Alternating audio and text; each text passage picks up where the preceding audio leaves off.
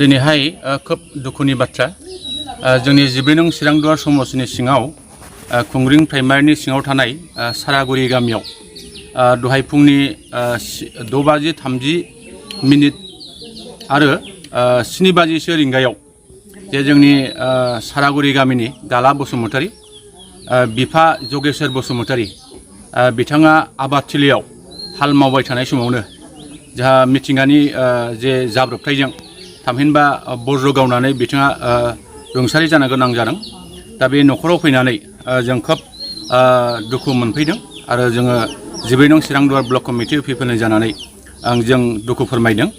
जोङो आसा खालामगोन जाहाथे बिथांनि जिउमाया जाहाथे सोरगोआव आलो गोजोन थाहैनो हायो आरो जोङो खावलायनो लुबैदों जे जोंनि बिटिआरनि जा हाग्रा बिफाननिफ्राय बिथांनि जे जाब्रबथायजों जिउ गोमानांनाय बे बिथांनिसिम जाहाथे अनसुंथाइ होनायनि जाहाथे राहा लायो आरो बे न'खरा जाहाथे अनसुंथाइनि गेजेरजों माबा मोनसे जाहाथे इयुनाव थांनानै थानायनि मोजां राहा लानो हाथों जों बेखिनिखौ मिजिं खालामो।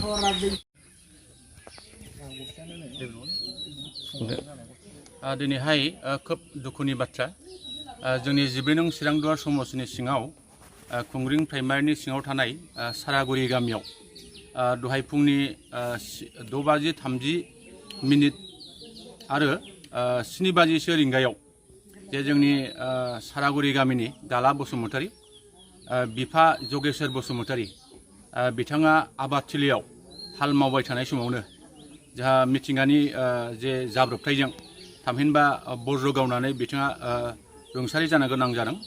दा बे न'खराव फैनानै जों खोब दुखु मोनफैदों आरो जोङो 14 नं चिरांदुवार ब्लक कमिटि पिपलनि जानानै जों दुखु फोरमायदों।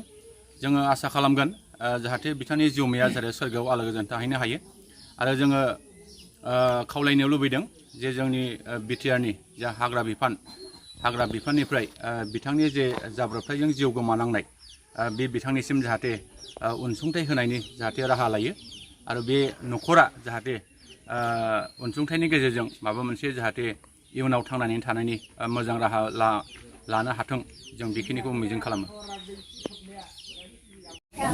आं हाल हगारबोबाय सिगां फेरसे गावनाव हगारनानै आं मोसौखौ खायो जेला मासे खाखांनानै आरो मासेखौ खाफिनो सलबुरि हगारबा बे उननि फेरसेया गावबाय आरो ओमफ्राय आरो उनथिं नाहरफिनबाय आं बेखौ अबाव थांखोब्रालाय होननानै बुंबाय आं ओमफ्राय मोसौखौ खुन्थिया दोखांना फैनानै नायफैबा होमबा गोग्लैनाय नुबाय।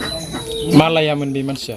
एवदों बिबो दुब्लियावनो। औ खाथि एवदोंमोन नामा? आंना एसे गोजाननिफ्राय आंहा हगारबोग्रोनाय जाबाय बे एवगासिनोमोन आरो बे अन्थ्र' 7-8 दुब्लि बारनांगौ आरो बेसे टाइमाव? आं बिनि खाथियावनो खाफैदों मोसौआ।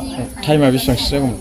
बे दय आं बोरै मिथिबावनोब्रा टाइमखौलाय फुङाव जायखिया 8थासो जाबायमोनदां 8:30 बिदि जाहैगोन आरो माने आंबो दब्लायनि हानानै हगारनाय जादों गिनानै आंहाबो। बे थैनायनि मुङा मा? गाला होनना बुङो ना? बेसेबां बैसोसिम जागौमोन जेनेबा? 35 थांसिगोनदां बियो जोंनि न'खरथ' दुइसिन मानसि ना।